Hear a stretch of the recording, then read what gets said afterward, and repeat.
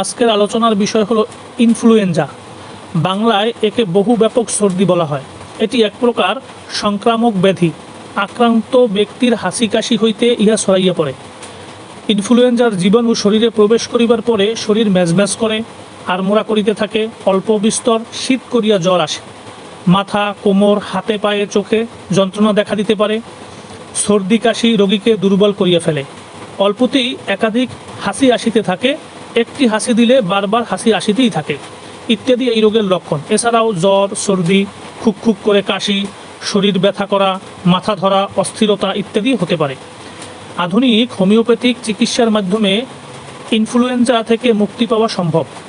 কিছু biochemic, mother tincture ও dilution এর দ্বারা চিকিৎসা করা হলে রোগী 2 থেকে 3 মাসের মধ্যে সম্পূর্ণ সুস্থ হয়ে উঠবে ইনশাল্লাহ। তাই ইনফ্লুয়েঞ্জা বা বহু ব্যাপক সর্দি থেকে মুক্তি পাওয়ার জন্য যোগাযোগ করতে পারেন।